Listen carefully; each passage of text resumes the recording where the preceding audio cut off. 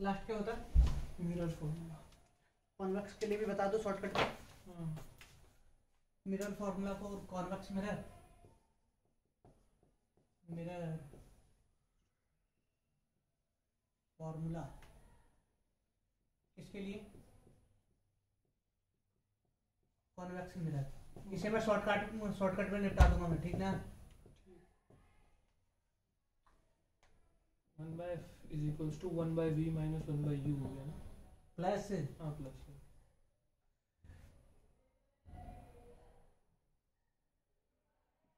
A B, इधर है सी, sorry ये एफ, ये सी, क्लियर ना? यहाँ से एक रेज हमने ऐसे डाला, वो रेज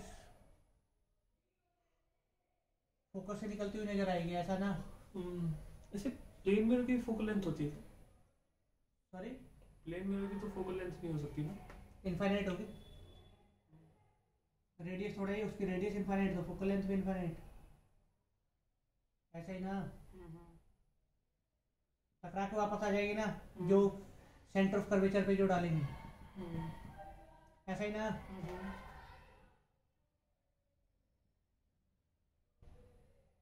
देखो यहाँ इमेज बन गई,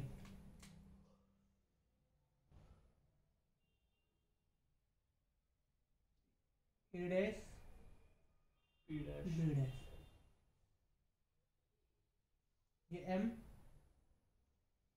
यहाँ से परपेंडिकुलर ड्रॉ करेंगे,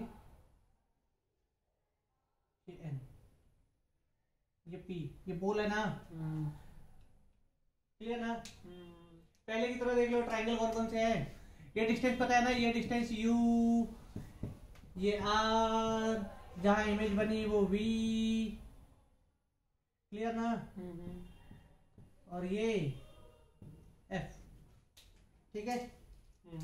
अब देखो, अब देखो, अब देखो, अब देखो, triangle A B C and triangle A dash B dash C क्या है? सिमिलर ना? तो क्या हो जाएगा? A B upon A dash B dash equal to A C. A C कितना हो गया? Minus u plus r, minus u plus r, A C upon A dash C. A dash C को क्या लिखेंगे हम? R minus B. यार A dash C को are minus B तो लिख सकते हैं ना? तो आर माइनस ट्रायंगल सिमिलर कराना, B, a dash b dash, clear ना? b डैश, ये ट्राइंगल हो गया ना ए बी सी, हाँ A dash B dash C, अच्छा ये वाला A dash B dash C, हाँ क्लियर ना? सिमिलर ही है ना, एक ही के अंदर तो है ये, क्लियर ना? ए डैश सी को ऐसे लिखेंगे ना, आर माइनस बी, तो ए बी इक्वल टू कितना आ गया? A B equal to A dash B dash equal to R minus U upon R, नहीं से 2f लिख देते हैं डायरेक्टली, ठीक ना? आर इक्वल टू 2f ना, और 2f minus v, equation first. दूसरा ट्राइंगल ले लो, दूसरा ट्राइंगल ले लेते हैं हम, एम एन एफ और A dash B dash F, clear ना? Triangle M N F and triangle A dash B dash F are similar, clear ना? अगर ये सिमिलर है तो M N upon A dash B dash, M N upon A dash B dash, A dash B dash equal to क्या हो जाएगा? M N upon A dash B dash equal to N F upon A dash F, A dash F, N F upon A dash F, ऐसा ही ना? M N upon A dash F, ये क्या है? N F upon A dash F. तो अब मान के चलो एन एफ जो है, एन एफ बहुत, N F is nearly equal to P F ना? ये डिस्टेंस बहुत कम है ना पी और एन के बीच की, क्लियर ना? ये हो गया, ये हो गया, ये हो गया, ठीक। तो क्या करे और M N equal to A B ना? M N equal to A B, यही सब था ना पिछले वाले में भी। तो अब क्या हो गया? A B upon A dash B dash, A B upon A dash B dash equal, क्या इसे मैं डायरेक्टली लिख दूं ना? F, F upon A dash F को क्या लिख सकते हैं? ए डैश एफ, ये है ना? ए डैश एफ माइनस बी, अरे देखो यही आ रही है ना, हाँ। ये f माइनस v, क्लियर ना, क्लियर ना। हाँ। ठीक, अब इन्हें दोनों को इक्वेट कर दो, इक्वेट इक्वेशन 1 और 2, क्या आ जाएगा, f upon f minus v equal to 2f minus u upon 2f minus v, clear ना। इसे उठा के इधर ले जाओ, 2f square minus F B equal to 2f square minus UF minus 2fv plus UV, ऐसा ही ना, यूवी, क्लियर ना। अब देखो 2f स्क्वायर निपट गया, इन सबको उठा के इधर ले आओ, तो क्या हो जाएगा, uf plus 2fv minus fv equal to UV, तो ये क्या आ गया, uf plus fv equal to UV, UV F से दोनों तरफ डिवाइड लगा दो किससे, यूवी एफ और यूवी एफ, तो क्या आ जाएगा 1 upon V plus 1 upon U equal to 1 by F, क्या वही सेम है ना, कोई दिक्कत नहीं, ठीक ना। यहाँ पे यू एफ कैंसिल, अच्छा एक मिनट, अच्छा एक मिनट, एफ है ना, हाँ तो यू बच जाएगा, वी बच जाएगा, सॉरी अरे लिखा तो सही by V plus 1 by, clear ना, वहां पे एफ वी काट दो तो यू बच गया, यहाँ पे यू वी काट दो, ठीक ना, यहाँ पे वी बचा, यहाँ पे यू बचा, यहाँ पे एफ बचा, क्लियर ना, हो गया।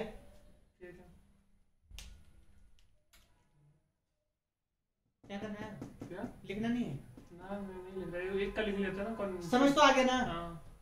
ये डिस्टेंस बस यही ध्यान रखना, इधर की डिस्टेंस बी आर एफ ये सब पॉजिटिव है ना, यू नेगेटिव रहेगा, यू कोई नेगेटिव रखा है, बाकी अदरवाइज सब कुछ पॉजिटिव है, क्लियर ना। ट्रायंगल वही सेम टू सेम है सारी चीजें, चलो ठीक। ये सब जेई में ये आएगा नहीं, फॉर्मूले से मतलब है, फॉर्मूले से मतलब है, बोर्ड में आ नहीं रहा तो लिखना नहीं। तो लिखो इमेज फॉर्मेशन,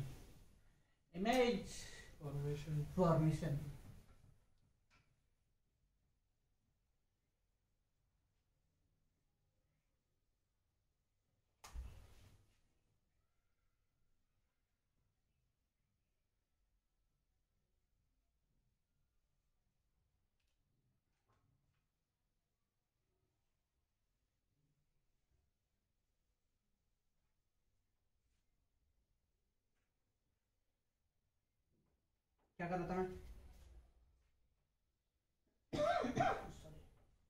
क्या कर रहा था, अभी कुछ बोला था ना, इमेज फॉर्मेशन, हाँ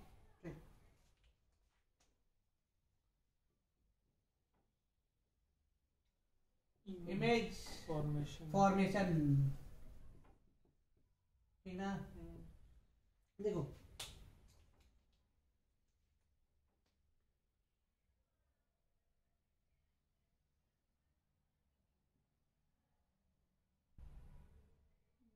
नए में यही दिक्कत होती है, मार्कर में ठीक से चलता नहीं, मानते हो इस बात को, पता नहीं, मैंने इतना यूज नहीं किया मार्कर आज तक, नए में थोड़ी दिक्कत देता है वो, बहुत पतला चलेगा, नया पेन ऐसे चलता है। अब देखो ये पोल ना, ठीक,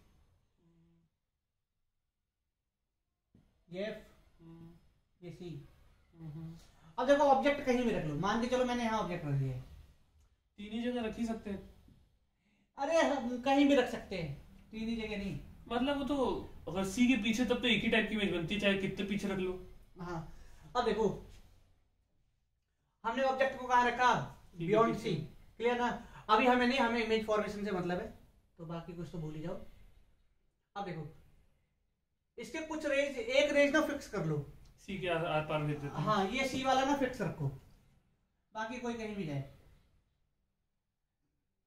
सेंटर ऑफ कर्वेचर से जो एक स्ट्रेट लाइन जो पास करेगी ना, सी आपने थोड़ा दूर बना दिया, थोड़ा पास कर दिया, मार्कर से बना रहा हूँ थोड़ा, तो हो गई, या तो फिर और बड़ा करिए उसको, किसे, इसी को, मिरर को ना, तो कर रहा हूँ ना, ये ना। अब ये रे इस पे कैसे पड़ेगी, सेंटर से खींची गई लाइन हमेशा कैसे पड़ती है, परपेंडिकुलर अगर पड़ेगी तो वापस लौट जाएगी, क्लियर ना। तो ये वाली रे फिक्स रखो, और एक परपेंडिकुलर मार देते हैं, परपेंडिकुलर कहाँ, एक परपेंडिकुलर ऐसे मारी, हाँ। मतलब पैरेलल हो रहा था, पैरेलल मार देते हैं। हाँ, एक पैरेलल हो गया, वो एफ से भी ठीक ना। पहली रे ये फिक्स है, हमेशा फिक्स रखो। एक रे को क्या कर दो, सेंटर ऑफ कर्वेचर से सीधा स्ट्रेट लाइन गिरा दो, ठीक ना। सेंटर ऑफ कर्वेचर जहां भी हो, यहाँ हो, यहाँ हो, यहाँ हो, यहाँ हो, यहाँ हो, यहाँ हो, कहीं पे भी हो, जहां पे सेंटर ऑफ कर्वेचर वहां से उसके टॉप एंड को पकड़ो और सीधा स्ट्रेट लाइन खींच दो। पहली रे फिक्स हो गई। अब देखो अदर आप कोई सी रे लेते हैं, पैरेलल डाल देते हैं ना, वो ऐसे पास हो जाएगी। अगर मैं एक ray parallel to the principal axis लूंगा तो वो कहां से पास होगी आफ्टर रिफ्लेक्शन? एफ से ना। ये हो गया, सी और एफ के बीच में इमेज बन गई। हाँ, यहाँ इमेज बन गई है। ये क्या हो गया, ए डैश और ये बी डैश। बी डैश, इस रे को एरो को बोल दो, ये बी डैश। क्लियर ना? कोई दिक्कत नहीं। ये तो रे नंबर 2 हो गई, मतलब एक को सेंटर ऑफ कर्वेचर से सीधा डाल दो, दूसरा parallel to the principal axis, after reflection वो फोकस से पास करेगी। ये दूसरी रे हो गई। अगर आप चाहो तो एक आप पोल पे भी डाल सकते हो, ठीक ना। पोल पे डालो और angle I equal to angle R करा दो, लाइन पे पास कटेगी, करेगी तो इसी लाइन पे। क्लियर ना?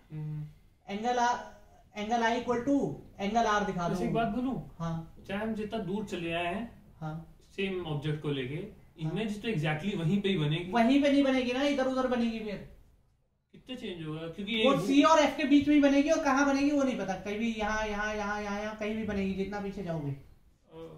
क्लियर ना? और ऑब्जेक्ट जितना बड़ा छोटा करेंगे। हाँ, ये क्लियर ना? ये रे नंबर 2, रे नंबर 3 सॉरी, रे नंबर 2 क्या था, parallel to the principal axis, और जो पैरेलल जाएगी प्रिंसिपल एक्सिस के, वो आफ्टर रिफ्लेक्शन फोकस से पास करेगी। क्लियर ना? रे नंबर 3 को क्या करो, पोल पे गिरा दो और angle I equal to angle R follow करा दो, ठीक ना। तीसरी रे फोकस से पास करा दो। अगर कोई स्ट्रेट लाइन पैरेलल होती है फिर वो फोकस से पास करेगी तो parallel आफ्टर रिफ्लेक्शन पैरेलल निकल जाती है, प्रिंसिपल एक्सिस के पैरेलल हो जाएगी। क्या ये क्लियर ना? ये क्लियर? ठीक है, तो ही तो रे चाहिए। मतलब पहली वाली फिक्स कर लो, इनमें से 2 3 4 में से कोई सा भी एक गिरा दो दूसरे रे। हाँ, वो तो फिक्स हो नहीं पाएगी ना। अगर इसको अगर बहुत सी के जस्ट पास रख दें तो कहाँ सी से पास करा पाएंगे? मैं कह रहा हूँ कोई सी भी 2 रे ले लो, जिसके बारे में, जिसका पाथ आपको पता है। मुझे पता है अगर मैं ये वाली रे लेता हूँ, रे नंबर 2, तो आफ्टर रिफ्लेक्शन वो फोकस से जाएगी। जरूरी थोड़ा ये कोई से भी 2 रे ले लो, उससे आप इमेज बना सकते हो। ठीक है, क्लियर ना? लेकिन मैं ये मान के चलता हूँ कि आप एक फिक्स मान के रखो कि एक रे को मुझे सेंटर ऑफ कर्वेचर से गिराना ही गिराना है। वो सीधा मिरर पे पड़ेगी परपेंडिकुलर और वापस चली जाएगी।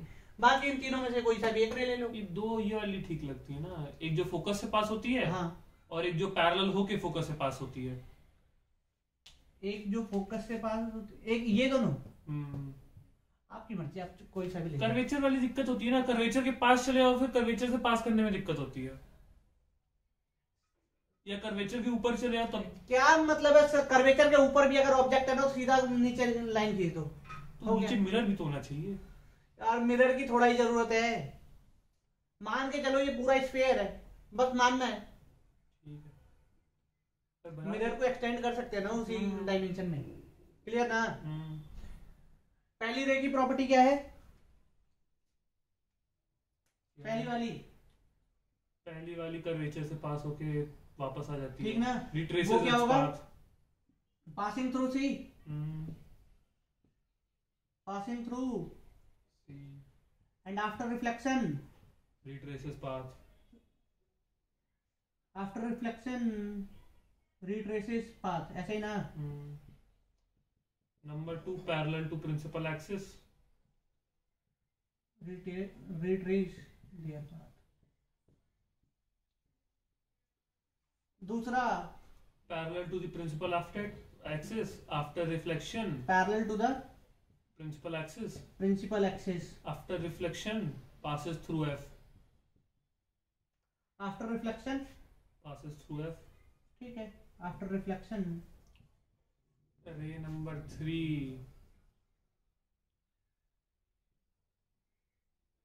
passes through F, ठीक ना। Ray number 3 falls on pole and reflects ठीक है, at falls on pole at angle I. Pole and follows Law of reflection. Angle I equal to angle R. Clear ना। Fourth वाली ray कौन सी है? Passes through the through F. focus. Passes through F, and after Passing reflection, parallel to to the the principal axis. Passing through F. F, and after reflection,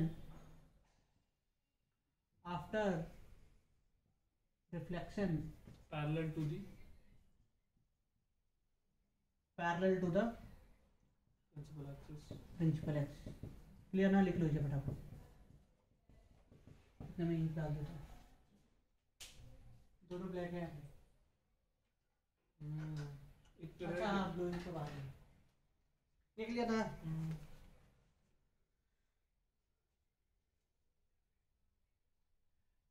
इनमें से कोई सा भी दो रेस लेना है। सबसे आसान कौन सा है? पहला ले लो। पहला दूसरा तीसरा नहीं, पहला दूसरा चौथा में कुछ भी ले लो। अच्छा, तीसरे वाले में दिक्कत है ना। तीसरा वाले में दिक्कत है ना। हाँ, angle I equal to angle R कौन मेजर करेगा?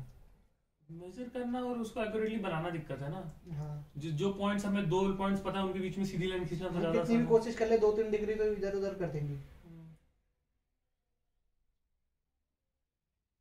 Passing through. ये तो बचपन की कहानी की तरह प्यासा बैठा हुआ था। पता ना कौवा प्यासा। पासिंग थ्रू सी। आपने पढ़ा है ना कल प्यासे कौवे वाली?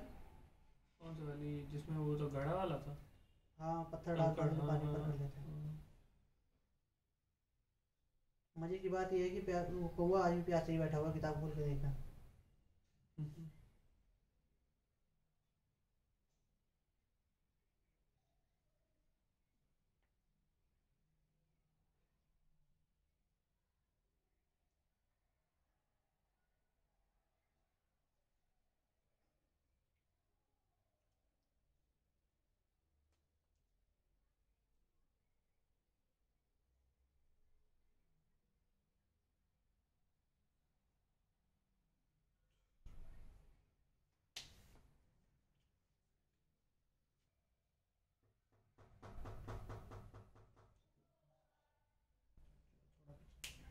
लिख लिया।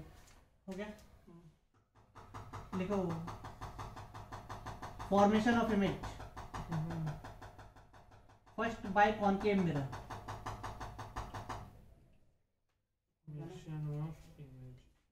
First by concave mirror. और उसमें सबसे पहला when object is placed at infinite. When object is, ये था क्या? ये इनफाइनाइट तो था। इनफाइनाइट थोड़ा था ये। इनफाइनाइट में पॉइंट साइज बनता है। इनफाइनाइट से कैसी रेंज आती है? पैरेलल सारी पैरेलल आती है, एफ पे बन जाती है ना इमेज। हाँ, पहला when object is placed eight. सबका एक करके बनाएंगे क्या? क्या सबका एक करके बनाएंगे क्या? हाँ, फटाफट हो जाएगा। बनाते चलिए, फिर कुछ समझाइए हमें। When object is placed at infinite. पता है क्या? ये बात। ये इमेज फॉर्मेशन। ये ए हो गया, ये बी हो गया। 100 बार याद करा हुआ 10th में। ये एफ, ये सी। पूरे डायग्राम के साथ याद करा था। याद किया था ना अपने। बना कैसे वो भी तो पता ही है। जब इमेज इतनी बार देख ली तो पता ही चल जाता है। उसको याद करने के स्पेशल तरीके हो जाते हैं। 10th में मैंने देखा ना, बच्चे रटते रहते हैं। ऑप्शन नहीं है ना 10th में। आपको उससे ज्यादा पढ़ाया ही नहीं जाता है। बोल देते हैं कि आपको समझ नहीं आएगा। ठीक है, इसका एक और करके ना ऐसे बना सकते हो। उसमें ऑब्जेक्ट बनाते ही नहीं, ऐसे बता दे रहा हूँ। इनफाइनाइट से ना कैसी रेंज आती है? पैरेलल ना। ये ए, ये बी। ठीक, एक रेंज कहीं पे भी गिरा दो, दूसरी रेंज सीधा पोल पे गिरा दो, थोड़ी टेढ़ी हो गई है।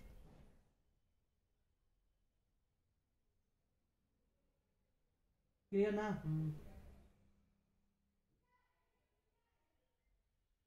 ये बन गई इमेज। ये तो पॉइंट साइज का बनी। ए डैश बी डैश। क्लियर ना? पॉइंट साइज का बनी। नहीं, वो इसलिए बताते जब मैं इसे जब ऐसे लिखता हूँ ना real, inverted and highly diminished. तो फिर बच्चे कहते हैं कि दिख तो रही नहीं, पॉइंट साइज है, तो फिर आपको कैसे पता वो रियल है इन्वर्टेड है, मतलब सॉरी इन्वर्टेड है इरेक्ट है। रियल तो पता ही है, रियल में कट कर रही तो रियल है। ये क्वेश्चन पूछ देते हैं ना, इन्वर्टेड है इरेक्ट कैसे पता जब पॉइंट साइज है तो इसलिए ये वाला डायग्राम भी बना दो तो इससे पता लग जाता है। एंड स्मॉलर देन, इसका मैं वो बना लूं, ओहो हाईली डिमिनिश्ड, क्लियर ना? इसका टेबल बना लूं? हाँ टेबल भी बनवाऊंगा अभी अलग, मैं भी क्या करूं, टेबल ही बना लूं? बना लो आपकी मर्जी। ये किसका है? When object is placed at infinite. अब next, when object is placed image beyond C, image beyond C ना, ये हो गया ऐसे बिटवीन सी एंड एफ बन जाता है इमेज, और डिमिनिश बनता है, हाईली डिमिनिश नहीं, और इन्वर्टेड है ना। ये एफ ये सी, आपने कहा कि नहीं स्मॉलर देन ऑब्जेक्ट बनेगा, इतना छोटा नहीं बनेगा। तो हाईली डिमिनिश नहीं कहा ना मैंने, बस डिमिनिश्ड कहा। ठीक है, ए बी क्या करेंगे? एक rays parallel to the principal axis, after reflection it passes through the focus, दूसरी रे सेंटर ऑफ कर्वेचर से स्ट्रेट, ठीक ना? ये बन गई image. A dash B dash कैसी है ये? Real, inverted and smaller than and smaller than object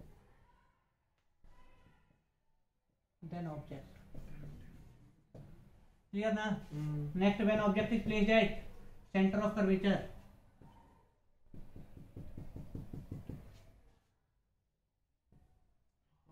C F, ये रखिए ऑब्जेक्ट ए बी,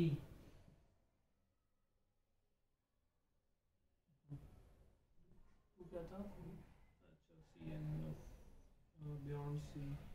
बियॉन्ड सी बनाया तो हमें मिला सी एंड एफ के बीच में, तो क्या हुआ? रियल, अब क्या रखा आपने? सी पे रखा, सी पे रखा तो एक पैरेलल हो जाएगा। हाँ। और एक एफ पे मार दीजिए, एक सीधा सी से भी कर दिया ना, एफ वाले भी तो वही बात है, एफ से भी करोगे तो वो आफ्टर रिफ्लेक्शन वो फोकस से ऐसे आएगी, मतलब प्रिंसिपल एक्सिस के पैरेलल हो जाएगी, क्लियर ना?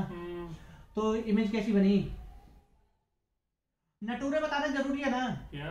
नेचर, नेचर ऑफ इमेज तो बताना है ना। Real, inverted at C and equal in size है ना? एट सी ही तो बनी। हाँ एट सी बनेगी, सी के नीचे बन जाती है, क्लियर ना?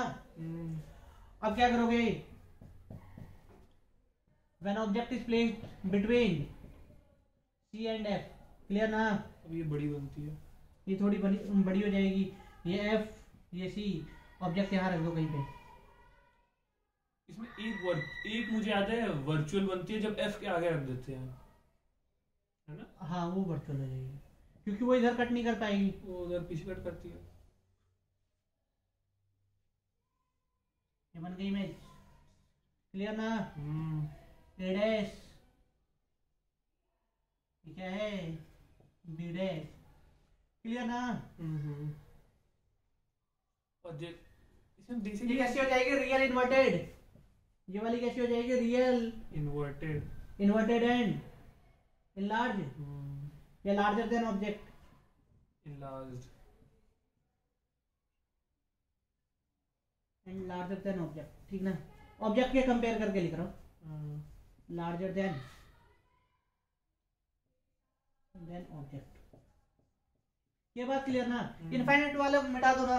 हाँ, इसमें बेसिकली ट्रेंड है ना कि आप जितना पास जाते जाओगे, हाँ, इमेज उतना पीछे बनती चली जाएगी और उतना बड़ी होती चली जाएगी। हाँ, उतनी बड़ी होती जाएगी, फोकस पे जाते ही इतनी बड़ी बन जाएगी कि हमें दिखाई नहीं देगी, और जब वो दिखाई नहीं देती तो हम कह देते हैं image is found at infinite, ठीक ना? किसी बुक में कहा गया है रियल है, इन्वर्टेड है, किसी में कहा जाता है कि वर्चुअल है, इरेक्ट है, लेकिन सीधी सी बात है, मैं तो कहता हूँ वो अनडिफाइंड है, ठीक ना?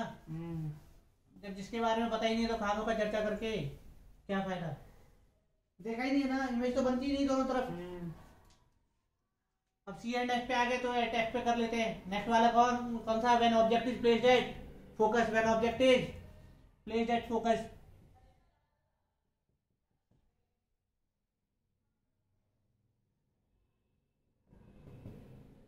ऐसा ही ना, ये एफ, ये सी, मिरर चेक नहीं कर रहा। अब सही है।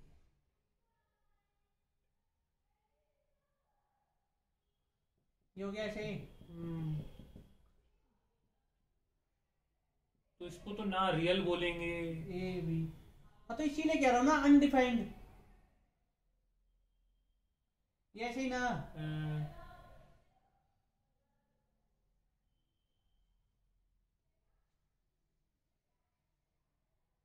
ये हो गया। ये दोनों कभी भी इस साइड कभी नहीं कट करेंगे, ठीक ना, इन्फिनिटी भी नहीं कह सकता, इधर कभी कट नहीं करेंगे। ये कह दो पैरेलल लग रही है तो इन्फिनिटी। अब इसे भी पीछे की तरफ बढ़ा दो तो भी कभी ये इंटरसेक्ट नहीं करेगा, नहीं करेगी, तो हम क्या कह देंगे? ये तो रियल भी नहीं हुई ना। हाँ तो वही मैं कह रहा हूँ ना, इसको वर्चुअल क्या कहेंगे, रियल या वर्चुअल? देखो वैसे किताबों में दे रखा है real, inverted and highly enlarge, लेकिन मैं कहता हूँ जब दिखाई नहीं दे रही तो फिर बोल के क्या फायदा? क्यों, अगर हम रियली में कुछ एफ पे रख देते हैं तो गायब हो जाता है उससे। वो इमेज इतनी बड़ी बन जाएगी ना कि वो हमें दिखाई नहीं देगी, तो जो हमने देखा नहीं उसे अनडिफाइंड कहते हैं। इतनी लार्ज बन जाएगी कि दिखेगी नहीं तो क्या होगा, मतलब उस स्क्रीन पे, पूरी स्क्रीन पे इमेज ही नहीं बनेगी, तो क्या होगा? कुछ पता ही नहीं उसके बारे में। क्यों, किसी ने प्रैक्टिकली नहीं करके नहीं देखा? क्यों? जब भी तो कह रहा हूँ ना, प्रैक्टिकली हम निकाल तो वो दिखाई नहीं देती ना, गायब हो जाती है इमेज। इमेज का थोड़ा सा पोर्शन दिखाई देगा, इतनी बड़ी बन जाएगी थोड़ी सी पोर्शन दिखाई देगी। अच्छा, चाहे जितना छोटा ऑब्जेक्ट हो। हाँ, चाहे पॉइंट साइज ऑब्जेक्ट हो। और पॉइंट साइज हो तो पॉइंट साइज के लिए तो इनफाइनिटी हो जाएगा, नहीं बन पाएगा। पॉइंट साइज अरे नहीं पता, इसके बारे में नहीं पता, इसीलिए तो कह रहा हूँ ना, किसी बुक ने कह दिया कि रियल इन्वर्टेड है, किसी ने वर्चुअल भी कह रखा है। तो जब बनी नहीं रही तो पता कैसे कि इन्वर्टेड है कि इरेक्ट? तभी तो मैं अनडिफाइंड कह रहा हूँ। बुक में क्या है ये बताइए मुझे, लिख के क्या है? बुक में रियल इन्वर्टेड है, पूछा ही नहीं जाएगा ना। ठीक है, यही कि ऐसा नहीं पूछा जाता इसलिए कि क्योंकि अलग अलग बुकों में अलग अलग बातें दी गई है। कोई कहता है रियल इन्वर्टेड और हाईली इनलार्ज, कोई कहता है वर्चुअल इरेक्ट हाईली इनलार्ज, और मैं क्या कहता हूँ? अनडिफाइंड है। छठा लास्ट इमेज, पोल और फोकस के बीच में रख दो, पोल और फोकस के बीच में रख दो, ये पोल हो गई ना। When object is placed between pole and focus, तो ये बनेगी बिहाइंड द मिरर। ये सी, ये ए, ये बी। रिफ्लेक्शन हुआ, रिफ्लेक्शन होने के बाद ये फोकस के पास हो, क्लियर ना?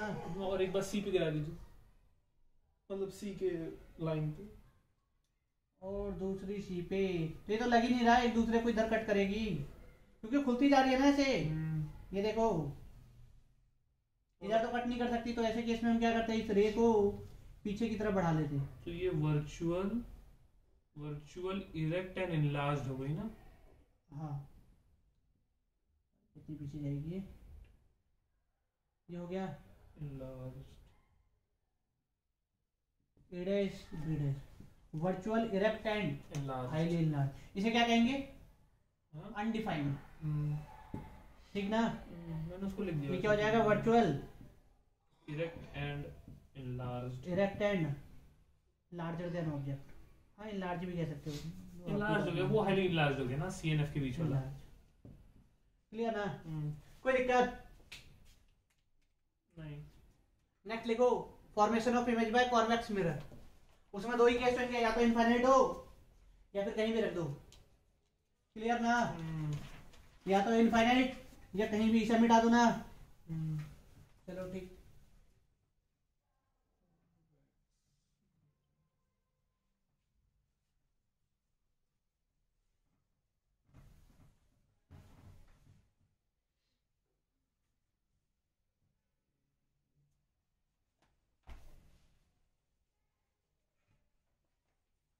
इसमें इसके बाद क्या है? इमेज फॉर्मेशन के बाद क्या है? मैग्निफिकेशन। इसी का? हाँ, फिर साइन कन्वेंशन। वो भी इसी का है। हाँ, इमेज फॉर्मेशन साइन कन्वेंशन में तो वही होगा ना, बस राइट में तो प्लस है, नहीं तो माइनस है। नहीं, मिरर पलट दो तो बता रहा हूँ मैं। मिरर पलट दो तो कॉन्वेक्शन। अभी बता रहा हूँ ना, एक minute. When object concave mirror convex mirror के image formation when object is placed at infinite, ऐसा ही ना। ये रख दो, ये ए ये बी, जब ये यहां से पैरेलल रेज आएगी, पैरेलल लगनी थी, ये आ गई पैरेलल, तो एफ से गिरी, ऐसा लगेगा कि एफ से निकल के बाहर जा रही, क्लियर ना। एफ और सी बना दो दीजिए, ये लो ना, जहां मिल गई वो एफ और ये सी, क्लियर ना। तो ये बन गई एफ पे। हाँ, इमेज का नटूरे कैसा होगा? Virtual, erect and virtual, erect and highly diminished. Highly diminished या पॉइंट साइज कह सकते हैं,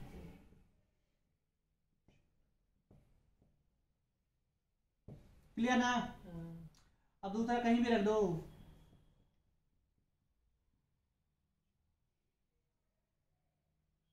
दूसरा कहीं भी रख दो, ये रख दिया मैंने, ये ए ये बी,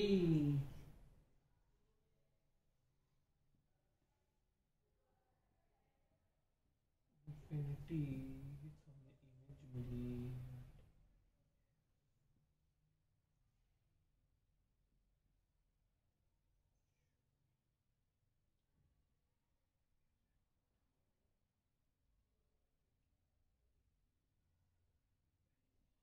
ये हो गया।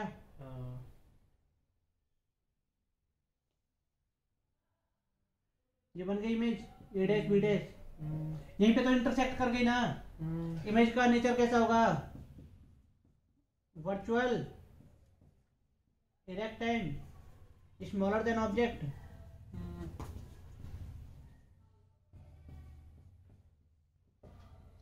देखो कॉन्केव मिरर में ना हर तरह की इमेज बन जाती है, बड़ी भी छोटी भी, ठीक ना। इसमें हमेशा छोटी ही बनेगी। यूज पता है ना सबका? क्या? कॉन्केव मिरर का जो यूज होता है, कॉन्केव मिरर का डेंटिस्ट यूज करते हैं। शेविंग मिरर के शेविंग मिरर में भी कॉन्केव मिरर ही लगा होता है, क्योंकि जब हम सामने रखे तो उसकी जो इमेज जो बनी वो बड़ी बनेगी, है ना। बड़ी बनेगी तो फिर कटने वटने का डर थोड़ा कम रहेगा। शेविंग मिरर कॉन्केव होती है, क्लियर ना। और वो कार वाला मिरर भी कॉन्केव होता है? नहीं, तो क्या होता है? रियर व्यू मिरर कॉन्वेक्स होता है, दिखने ज्यादा से ज्यादा फील्ड को कवर करना है। अच्छा, हाईली क्या कहते हैं, कॉन्वेक्स क्या रहता है ना, हम्म, ये कॉन्वेक्स होता है रियर व्यू मिरर, ठीक ना। या और इसका यूज कहाँ होता है? शेविंग मिरर बता दिया, बट जब हम देखते हैं डेंटिस्ट का बता दिया, तो उसमें लिखा होता है ना कि objects are closer than they appear. हाँ, तो वही मतलब होता है कि जो उसमें जो आप ऑब्जेक्ट जो देख रहे हो ना, उसकी जो वो इमेज आपको दूर नजर आ रही है, लेकिन रियल में वो दूर नहीं है, वो पास है आपके। यही लिखा रहता है ना, objects in the mirror are closer than they appear. मतलब जो चीज आप सोच रहे हो कि वो ज्यादा दूर है, वो ज्यादा दूर नहीं है, वो आपके पास ही है। मतलब ज्यादा पास भी नहीं, लगभग पता लग जाता है, आदत हो जाएगी, चलाते चलाते पता लग जाता है ना कि कितने पीछे है, ठीक ना। तो इसमें हमेशा बनेगी virtual, erect and smaller than object. हमेशा नहीं कह सकते, क्या? वर्चुअल ऑब्जेक्ट की कभी कभी रियल इमेज बना देती है। क्या? कॉन्वेक्स? हाँ, कहाँ पे? वर्चुअल ऑब्जेक्ट रख के देख लो। वर्चुअल मतलब पीछे? हाँ, यहाँ पे कहीं सी और एफ पी और एफ के बीच में कहीं पे भी वो रियल इमेज बन जाएगी। तो एक सेकेंड, अगर ऑब्जेक्ट पीछे रख देंगे तो इमेज बननी नहीं चाहिए ना। ऑब्जेक्ट की तरफ रेज आ सकती है ना, ऐसा इसमें ऐसा माना जाता है कि ऐसा मान के चलो कि वहां कभी ऑब्जेक्ट रखी होगी किसी टाइम, ठीक ना, उससे रेज उसके ऊपर गिर रही है, तो किसी ने बीच में मिरर लगा दिया तो उसकी इमेज बन जाएगी। अरे मैं ऐसा कहना चाह रहा हूं, जैसे ये ऑब्जेक्ट है, ठीक ना, ये ऑब्जेक्ट है, इस पे रेज इधर से भी गिर रही है, इधर से भी इसकी तरफ आ रही है, ठीक ना। मान के चलो किसी ने मिरर लगा दिया बीच में,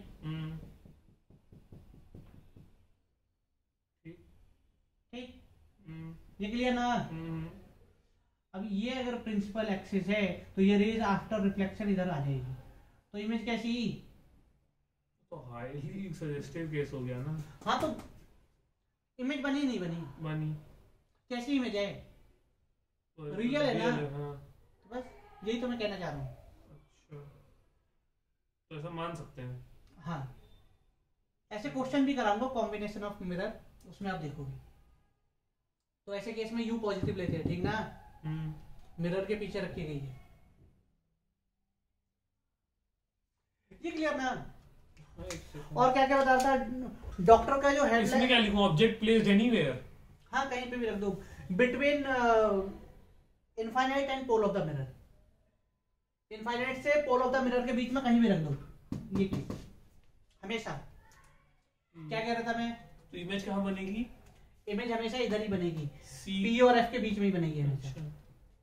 मतलब पोल और एफ, अब आप कहोगे सर पी को दिख नहीं रहा, ये लो खुश हो जाओ, पी बना दिया। नेचर क्या होगा, virtual erect and smaller than object, smaller, ठीक है। दो यूज बता दिए।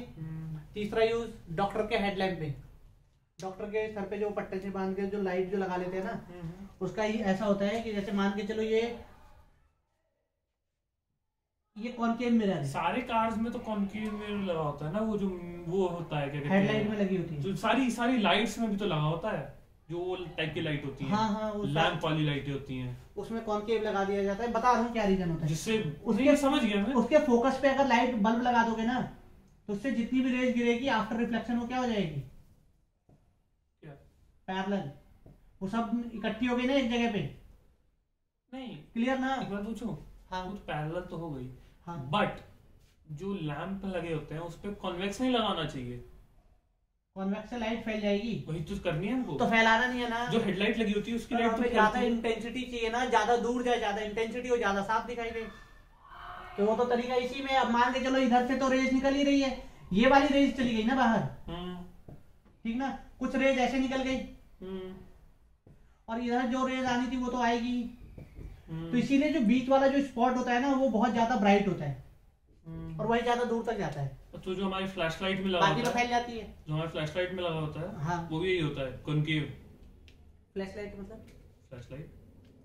फोन के नहीं ना, तो लाइट वाला फ्लैश लाइट, हाँ, तो यही लगा रहता है, पुराना वाला फ्लैश लाइट, हाँ, तो उसमें यही होता था, टॉर्च जिसको कहेंगे। हाँ, फोकस पे लगा दो बल्ब, तो फिर यही हो जाता है, यहाँ की जो इंटेंसिटी है ना ज्यादा हो जाएगी। उसमें भी तो ऐसे लगा होता है, बीच में लाइट होती है, हाँ, पोल पे लगी होती है लाइट का, जैसे उसमें। हाँ, उस वाले में आगे ना वो लगा रहता है, क्या कहते हैं आगे कॉन्वेक्स लेंस लगा होता है, तो कॉन्वेक्स लेंस के फोकस पे उस बल्ब को लगा देते हैं। कॉन्वेक्स लेंस में फोकस पे रखी हुई लाइट पैरेलल हो जाती है ना, तो वही चीज तो होगी। क्लियर ना, ये तो क्लियर ना। अब डॉक्टर के हेडलैम्प पे लगा दिया, ज्यादा से ज्यादा लाइट अब एक जगह इकट्ठी मिलेगी, इस वाले पोर्शन में ज्यादा लाइट ना। अच्छा, कोई ऑब्जेक्ट अगर पोल पे रख दें, हाँ, तो पोल पे रख दे तो कुछ नहीं होगा, इमेज नहीं बनेगी। इमेज तो बनेगी, जस्ट पीछे बन जाएगी यहाँ पे, कॉनकेव के, हाँ, और कॉन्वेक्स के, दोनों का ही सेम है। क्लियर ना। और क्या यूज होगा इसका, डेंटिस्ट का हो गया, गाड़ियों की हेडलाइट में भी हो जाता है, सेविंग मिरर, ठीक है। और भी कुछ बताया था, डेंटिस्ट। रिफ्लेक्टिव वाला वो नहीं होता, क्या कहते हैं, कॉन्वेक्स का बता रहा हूँ, जो हमारे वो रहता है इंटरसेक्शंस पे लगा रहता है। इंटरसेक्शन क्या चीज, गाड़ी का रोड का इंटरसेक्शन जैसा नहीं लगा रहता। हाँ, वो तो कॉन्वेक्स होता है ना, वही तो बोला मैंने। हाँ, कॉन्वेक्स मिरर वो हो गया। दुकानों में भी पहले लगा होता था, दुकान में ना कोने में लगा दिया ऐसे, अब कोने में बैठ के ना दुकानदार उसे देखे जा रहा है, पूरी दुकान पे नजर रखा हुआ, ठीक ना। तो उसके दो यूज, तीन यूज हो गए जो आपने कहा। एक पार्किंग वगैरह इंचर में भी लगा होता है, हाँ, ठीक ना, रोड वगैरह पे लगा होता है, और हो गया, गाड़ियों के बैक बना लेंगे, ठीक है ना, मिटा दो ना चाहिए। ठीक, क्या कह रहा था मैं, नेक्स्ट लिखो, मैग्निफिकेशन। मैग्निफिकेशन क्या होता है, magnification is the ratio of height of image to the height of object, height of object, height of image to the height of object. लिख लो, लीनियर मैग्निफिकेशन, लीनियर मैग्निफिकेशन। इसमें देखो, it is the ratio of height of image to the height of object. Clear ना, कोई दिक्कत नहीं। Check करें। m equal to क्या हो गया, height of object, height of image, यही तो बोला है, height of image to the height of object. उल्टा बोला था, क्या बोला था मैंने? Image height of object to the height of image. सही में पता, गलती होगी, कोई बात नहीं। Ratio of height of image to the height of object. सही में मैंने उल्टा बोला था? पता नहीं, शायद नहीं, ऐसा नहीं हो सकता। It is the ratio of height of image to the height of height of object. Clear ना? m equal to hi upon ho। अब मान के चलो ये कोई भी मिरर ले लेते, ये कोई से भी दो रेज गिरा लेने, ठीक ना?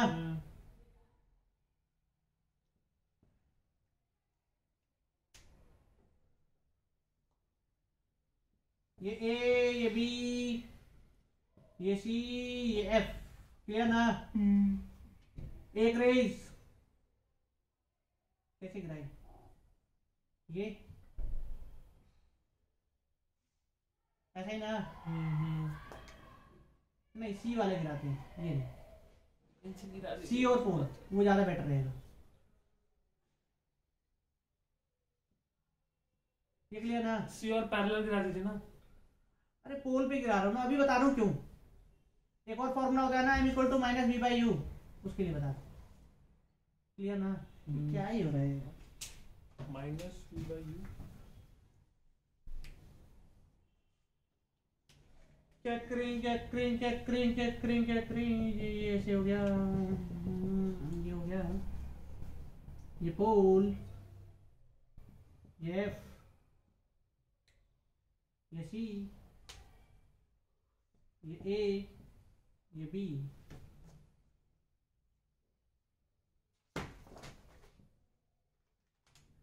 ये थीटा, ये थीटा ना? तो नीचे भी angle theta, angle I equal to angle R ना? दूसरा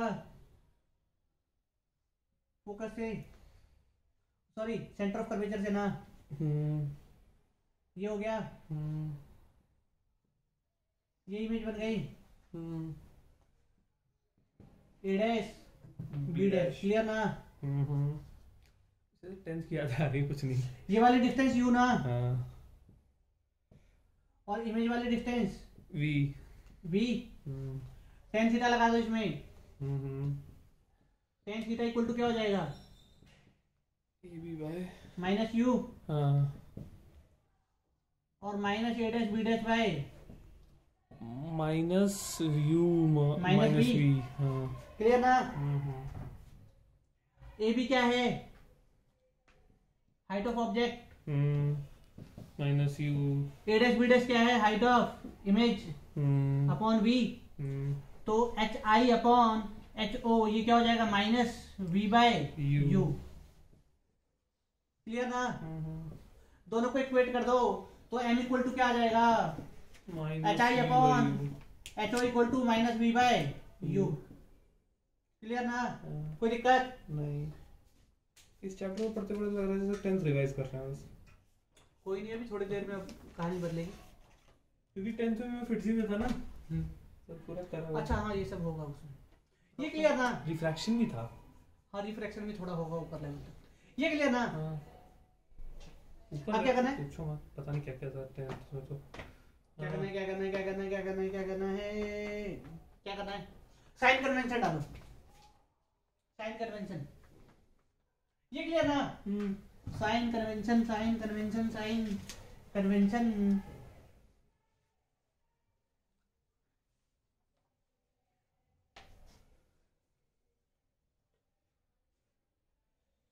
साइन कन्वेंशन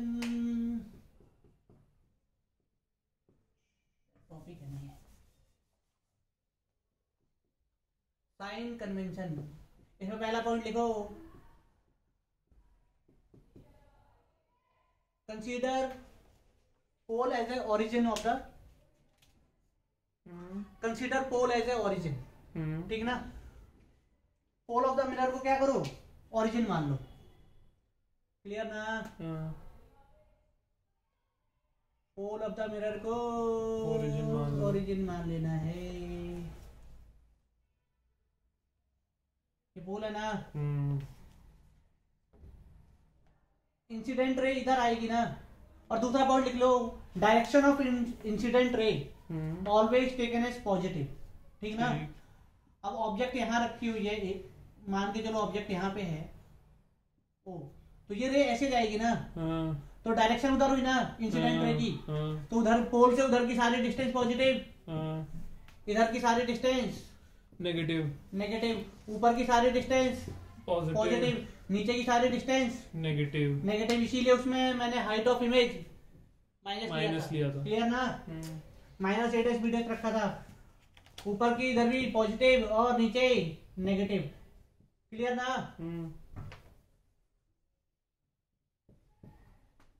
नेक्स्ट, अगर इसी मिरर को अगर ऐसे रख दूं तो consider pole of the mirror as a origin, ये हो गया ना पोल। अब ऑब्जेक्ट इधर रखोगे ना, तो इंसिडेंट रे की डायरेक्शन तो इधर है ना, तो इधर सब कुछ पॉजिटिव, इधर की डिस्टेंस पॉजिटिव, उधर की डिस्टेंस नेगेटिव, ऊपर की डिस्टेंस पॉजिटिव, नीचे की डिस्टेंस नेगेटिव। तो ऊपर और पॉजिटिव ही होता है, नीचे नेगेटिव ही होता है इन एनी केस। जरूरी नहीं है, अगर ऑब्जेक्ट नीचे की तरफ रख दूं तो इमेज पॉजिटिव की तरफ बन जाएगी। नहीं, वो इन्वर्टेड की पहचान। मैं बोल रहा था कि ऊपर तो पॉजिटिव ही है ना। हाँ, ऊपर तो पॉजिटिव है, चाहे ऑब्जेक्ट नीचे रखेंगे तो ऑब्जेक्ट की हाइट नेगेटिव होगी ना। हाँ, ऐसा मान लो। तो ऊपर से नीचे तो नहीं होगा ना कि कभी ऊपर नेगेटिव हो गया। देखो, रियल इन्वर्टेड की पहचान करना होता है, तो अगर HI नेगेटिव है तो इन्वर्टेड हो जाता है। हाइट ऑफ इमेज नेगेटिव मतलब इन्वर्टेड। मतलब इन्वर्टेड का मतलब ये हो गया, अगर ऑब्जेक्ट नीचे की तरफ ऐसे रखा है तो इमेज ऊपर बन गई तो इन्वर्टेड है। क्लियर ना, ये क्लियर ना। ये वैसे ही मान के चलो, इसमें कोई फर्क नहीं पड़ने वाला, एक प्लस माइनस वही रहेगा, ऊपर प्लस ही रहेगा, नीचे माइनस ही रहेगा। लेफ्ट राइट का चेंज हो सकता है डिपेंडिंग अपॉन द रे कहां से आ रही है। हाँ, और वो भी डिपेंड करता है कि मिरर कहां कौन सा है। हाँ, अब देखो, अब आपने कहा इसे कॉन्वेक्स मिरर ले लेते हैं, ये हो गया ना। ऑब्जेक्ट यहाँ पे, ठीक ना, डायरेक्शन ये रे पड़ी, तो ये पोल ओरिजिन ना, इधर की सारी डिस्टेंस पॉजिटिव, इधर की सारी डिस्टेंस नेगेटिव, ऊपर की डिस्टेंस पॉजिटिव, नीचे की डिस्टेंस नेगेटिव, ऊपर की जो भी हाइट मेजर करोगे वो पॉजिटिव, इधर हाइट मेजर करोगे नीचे वो नेगेटिव। क्लियर ना। इसी मिरर को क्या ऐसे भी तो रख सकता हूँ ना, ऐसे भी रख सकता हूँ ना। मतलब कहने का आप ये मतलब है कि कॉनकेव मिरर में टुवर्ड्स सी नेगेटिव, सीधी सी बात है। रिफ्लेक्टिंग सरफेस जो है ना, उसके सामने नेगेटिव लेना है, ठीक है ना, इतना ध्यान रखोगे। हो गया। मिरर के पीछे वाली सारी डिस्टेंस पॉजिटिव, यही है ना, देख लो, सब में देख लो। हाँ, तो ठीक है, मैं वही देख रहा था कि जहां जिस तरफ सी है उस तरफ कॉनकेव मिरर में नेगेटिव है और इसमें पॉजिटिव है, जिस भी तरफ मतलब स्फीयर का साइड है। ये हो गया ना पॉजिटिव। और रिफ्लेक्टिंग सरफेस के सामने नेगेटिव मान लो, सबसे शॉर्टकट। रिफ्लेक्टिंग सरफेस के सामने है ना, देखो हर जगह माइनस है। रिफ्लेक्टिंग सरफेस नेगेटिव की तरफ है कुल मिला के। क्लियर ना। Positive negative positive negative. देखो, इन्वर्टेड का मतलब मैं ये बता रहा था कि अगर मान के चलो ये मिरर है, ठीक है, अगर मिरर हमने ऐसे, मिरर हटाओ, अभी मैं वैसे ही बता रहा हूँ कि अगर आपने ऑब्जेक्ट ऐसे रखा है, ठीक ना, और इमेज ऐसे बन गई तो इन्वर्टेड है। और अगर हमने ऑब्जेक्ट ऐसे रखा है, इमेज ऐसे बन गई तो भी ये इन्वर्टेड है। और अगर मिरर हमने y एक्सिस पे रख दिया तो, और y पे रख लिया तो फिर उसी हिसाब से देख लेंगे, फिर x से इधर उधर वो ऐसे रखा है। आपने ऐसा कहा ना, y को ऐसे कर दो। नहीं, मैंने बोला कि या तो मिरर ऐसे बना दो या तो ऐसे बना दो। हाँ, तो कोई दिक्कत नहीं ना, फिर हाइट इधर x और y पे, मतलब x नेगेटिव x और पॉजिटिव x की तरफ आ जाएगी। हाँ। और डिस्टेंस अब y पे आ जाएगी। ठीक है। और आप ये कहना चाह रहे हो ना, ये y हो गया, ये x हो गया। हाँ। आप मिरर यहाँ रख दो। हाँ। तो इधर नीचे की सारी डिस्टेंस नेगेटिव, ऊपर की सारी डिस्टेंस पॉजिटिव, इधर नेगेटिव। अच्छा, तो फिर वो साइन कन्वेंशन के हिसाब से x जैसा है वैसे ही ले लेंगे। हाँ, वैसे कर लेंगे। ठीक, क्लियर ना। ठीक है, मिटा दो इसे। क्लियर ना, साइन कन्वेंशन हो गया। नेक्स्ट क्या करना है? क्या करना है?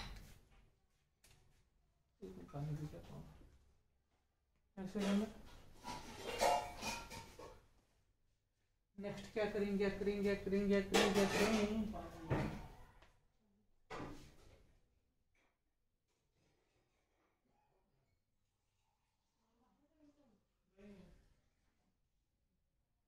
न्यूमेरिकल करना है इसी के मिरर पे। हाँ, इन्हीं सब पे ऑब्जेक्ट कहाँ रखा है, इमेज कहाँ रखा है, वो न्यूमेरिकल सी करना है। अब तो सब कुछ हो गया, इसमें कुछ बचा थोड़ा ये रिफ्लेक्शन हो गया पूरा। हाँ, अभी नहीं हुआ है, अभी तो न्यूमेरिकल होंगे, फिर उसमें कॉम्बिनेशन ऑफ मिरर है, velocity of image in the mirror, ऐसा कुछ भी है, बहुत सारी चीजें। अभी 3-4 लेक्चर लगेगा रिफ्लेक्शन कर होने में। ये क्लियर ना, साइन कन्वेंशन है सब। क्या करें नेक्स्ट कल? 5 बज गए ना? हाँ, 5 मिनट बचा। चलो कोई नहीं, कल करते हैं।